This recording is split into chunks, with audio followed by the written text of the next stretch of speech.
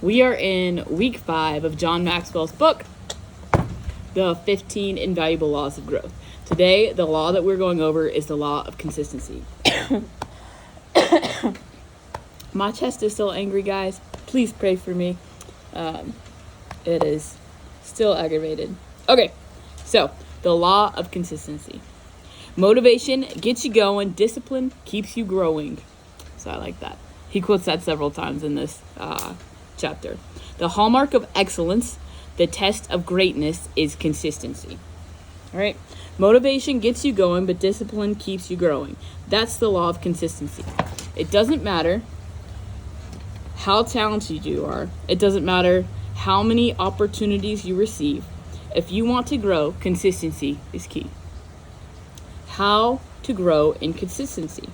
If you want to become more disciplined and consistent in your performance, you need to become more disciplined and consistent in your growth. How can I do that? By knowing what, how, why, and when.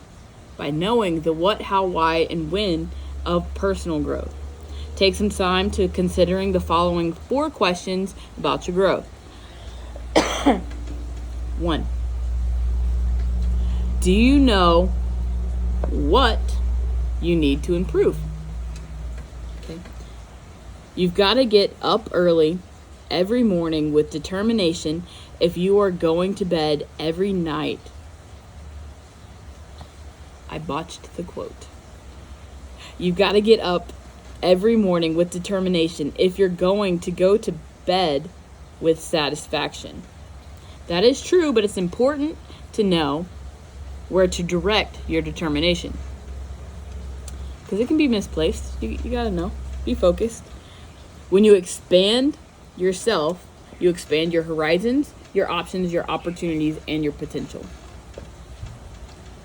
He talks about how it has allowed him to achieve much more than he ever believed he would be capable of doing. Okay. E.M. Gray says the successful person has the habit of doing things that failures don't like to do.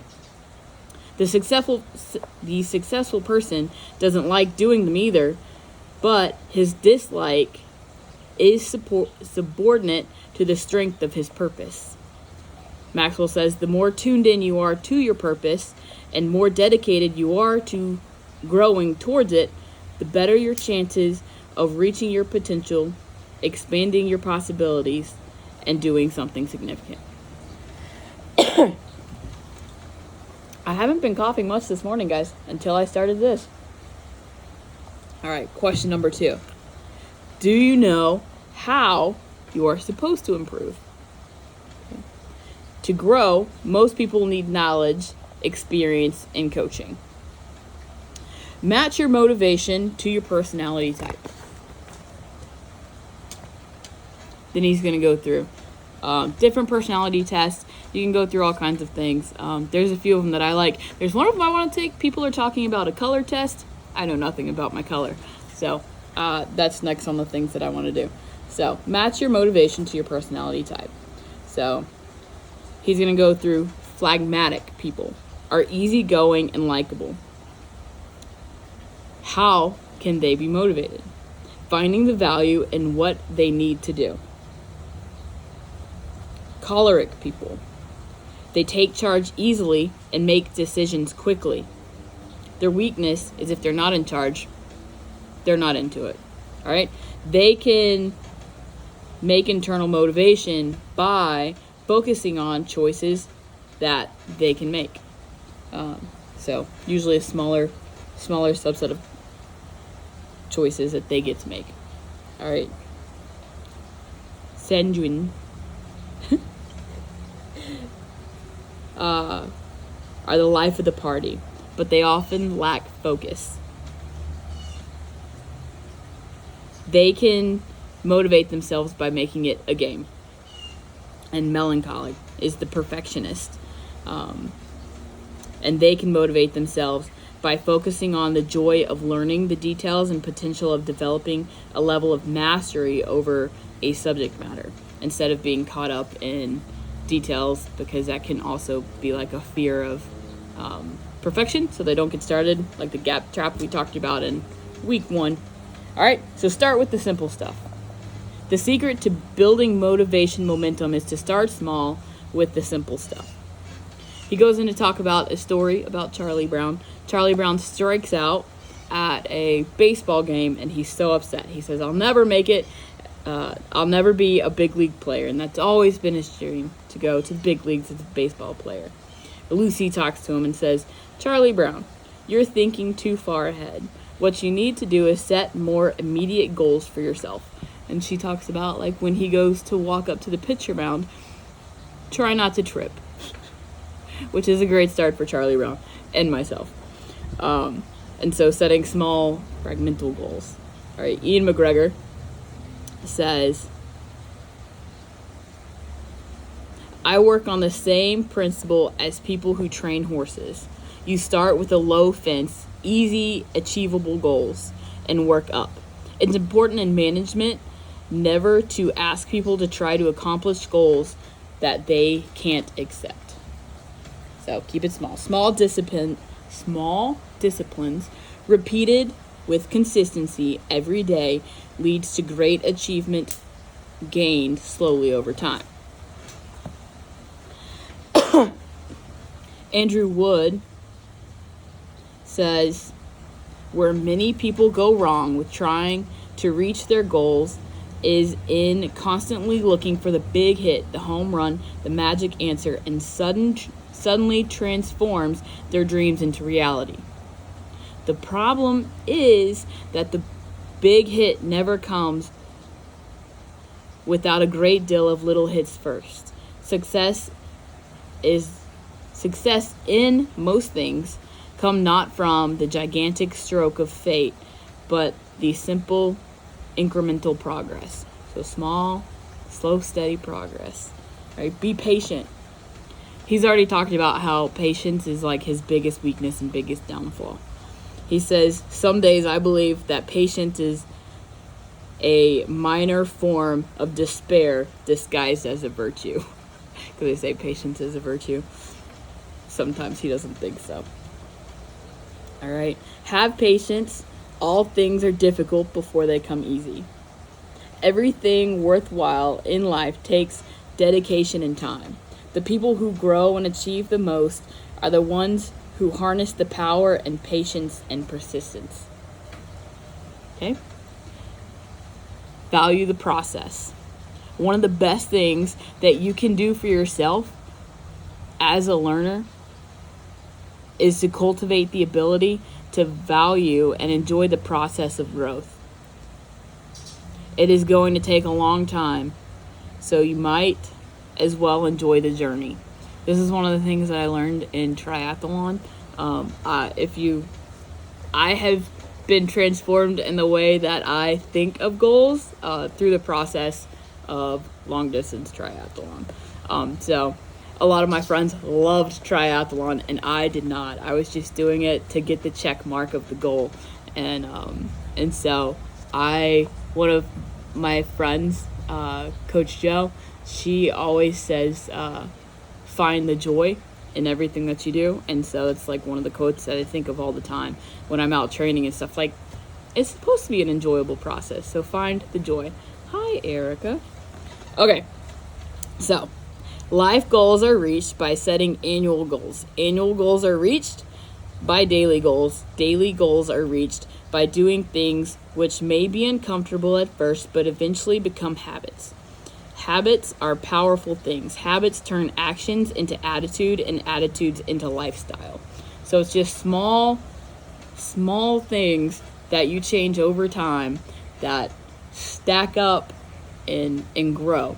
And there's the book Atomic Habit talks about that. It's called habit stacking, where you just change one small thing at a time. Like if it's hard at first, once that gets easy, you add the next thing. So if you want to be healthy, you can start with drinking more water. Once more water is easy, start adding more steps in. Once that's easy, eat more vegetables every day. And it just becomes a stack of habits that slowly over time changes the entire way that you eat and you view health. So Just small things. All right. Too many people believe that one big public success will solve their self-confident problems forever. That only happens in the movies. In real life, the opposite strategy is what works. Call it the small victories approach. In time, you will discover that all the failing really does teach you something you need to know. So you can regroup and stretch. Again, with even more nerve. That strategy paid off. Today they write, they were public speakers. It started and they used to be scared to public speak. And so they talk about how answering the questions at the end of a section, seminar, whatever, would be daunting to them and scare them. He said answering questions without notes in front of thousands of people is the opposite of nerve-wracking now. It's fun. So it's like taking the small steps to get you to where something that's nerve-wracking now is fun. All right, 3. Do you know why you want to keep improving? This one's huge. Knowing what to improve and how to improve are critical to consistency and personal growth. But so is knowing your why. Think of it as why power. Having a strong why to help you keep going when the discipline of learning becomes difficult, discouraging, and tedious. If your growth is connected to your value, your dreams, your purpose, you'll know why you're doing it.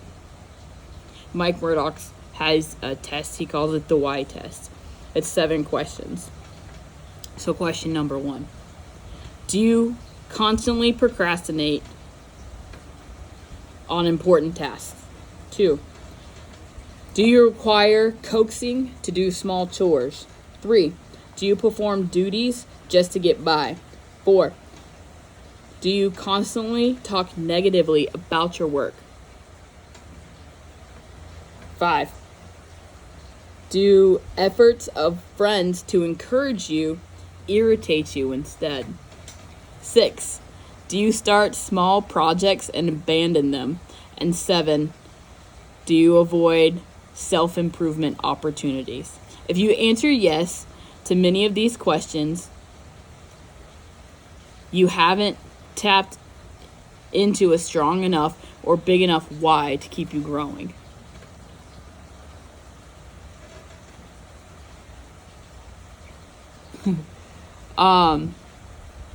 Do you know what you were reading, Jamie?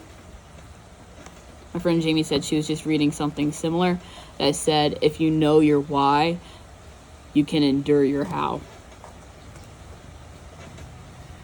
It's true. How is hard. That's a very true statement. If you think about it, you can see that discipline and motivation are 2 sides of the same coin. If you have the motivation you need, discipline is not a problem. But if you lack motivation, discipline is always a problem. The Fire by John O'Leary. Nice. Have to check it out. You have to give yourself more and bigger whys so that you can keep wanting to put in the effort to grow. The greater number of reasons you give yourself to grow, the more likely you will be to follow through. Then it talks about a Kenyan world-class runner at the Olympics, Bernard Kiplagat. They were asking how so many great distance runners are coming out of their country. And his answer was, it's the road signs. Beware of lions. So with the right motivation, you pick up the speed. All right, an NFL coach said, Vince Lombardi said, once you learn to quit, it becomes a habit. So we want to stay away from that habit. The compound effect is the principle of reaping huge rewards for a series of small, smart choices. What's most interesting about this process, to me, is that Even though results are massive, the step in the moment don't feel significant. So it's just, again, small, tedious steps. Making the right choice consistently every day. It doesn't have to be huge, but it changes the course of the way things go. So you look up in a year and you're in that destination we talked about a couple weeks ago. Most people get tripped up by the significance of most people get tripped up by the simplicity of the compound effect. For instance, they quit after 8 days of running because they're still overweight. When you just keep going, if you just keep putting one foot in front of the other for like a year, you're a different person. All right? When you make the right choices, however small, and do it consistently over time, it can make a huge difference in your life. If you remember why you're making those choices, it becomes easier. So for me, finding my why was pretty huge this year. I was challenged at the ID Life Revolution conference to know your why. And when I got there, like when it comes to business, my why was like quite simple. But I needed to break it down more. So my why was like, because God told me to. Why was I buying a gym? Because God told me to. But I had to break it down into, why did God tell me to? Because it gives me the opportunity to reach people that'll never step foot in a church. Difference. Defining the why makes all the difference. Like, because the why is to capture hearts for Jesus, lost souls that'll never be found without it. That's why. That's huge. Opposed from God told me to. Although that is motivating, the other is a little more motivating. All right. And 4, do you know when you are supposed to improve? Now, the short answer and the obvious answer is right now. Life lived for tomorrow will always be just a day away from being realized. So you need to get started if you haven't yet. You will never change your life until you change something you do daily. That means developing great habits. Discipline is the bridge between goals and accomplishments. And that bridge must be crossed every day. Over time, that daily crossing becomes a habit. And ultimately, people do not decide their future. They decide their habits, and their habits decide their future. I'm going to say that one more time. Ultimately, people do not decide their future. They decide their habits, and their habits decide their future. So, just to keep that in mind, just going to leave it right there. What are you doing daily that needs to change? What needs doing? And more importantly, what needs undoing? A big habit never goes away by itself. It's always an undoing it yourself project. What are you willing to change doing today in order to change what you will be doing tomorrow? In the end, hard work is really the accumulation of easy things you didn't do when you should have. Like a diet and exercise. If we would have started forever ago, it wouldn't be hard now. But here we are. All right. Maybe it's time to stop setting goals. Consistency isn't easy. Consistency is contrary to nature, contrary to life. The only completely consistent people are the dead. Instead of being goal conscious, I focus on being growth conscious. Here's the difference. We're going to go down a list. Goal conscious versus growth conscious. Goal focus focuses on destination, while growth focuses on the journey. Goal motivates you and others. Growth matures you and others. Goal is seasonal. Growth is lifelong. Goal challenges you. Growth changes you. Goal stops when a goal is reached, and growth keeps growing beyond the goal. I think earlier in the thing he said, if you always set your goal but never focus on growth, you can hit your goal but not grow. But if you focus on growth, you'll always grow and you'll always hit your goal. So just a thought. I'm a very goal-oriented person. We can talk all day about this. I have long lists of goals. They're very detailed goals. I set them quite often. Usually I focus the beginning of the year. They are not New Year's resolutions. I just want to say that. And then on my birthday, which is also December 16th, so they're pretty close to each other. So basically through that entire time, I'm reflecting on the goals that I want to set. But the idea is not to just hit a goal and quit. I'm always looking for the next bigger, badder goal. I like to set ridiculously stupid goals, big audacious goals, and then you break it down into your small goals. So let's talk about that. A great composer. Consistently productive. Consistently productive is the next section. A great composer does not set to work because he inspired. A great composer does not set down to work because he is inspired, but becomes inspired because he's working. Beethoven, Wagner, Mozart, and Bach all settled down day after day to do the job at hand.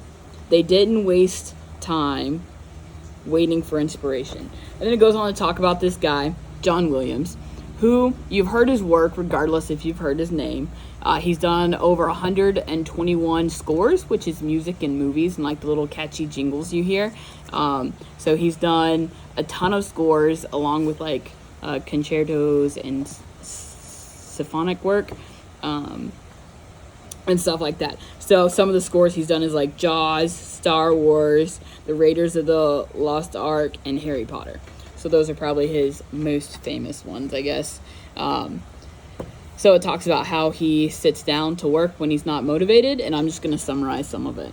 So he says that you should just start and write. If it's bad, then you're learning. And then Maxwell summarizes, Williams doesn't look for motivation. He doesn't wait for inspiration. He gets up every morning and practices the discipline of writing. He doesn't expect to be perfect. He just expects it to be done. And what about writer's block? Williams says it's not a problem. All right, and so now he's talking about writer's block, and I'm going to summarize that as well. He says, same as last one, just start. If there is a block, just keep writing, and it will propel you. You will either produce something, or it will propel you to the next thought. And then the last bit of his summary says, I think the idea of a block is something we need to work through. Founder of SuccessNet, Michael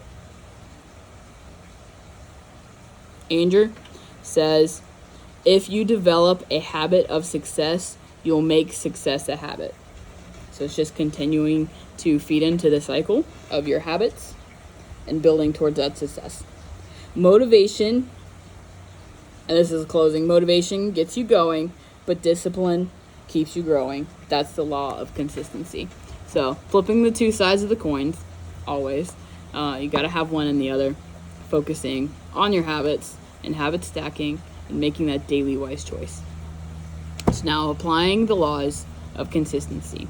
So 1, align your methods of motivation with your personality type.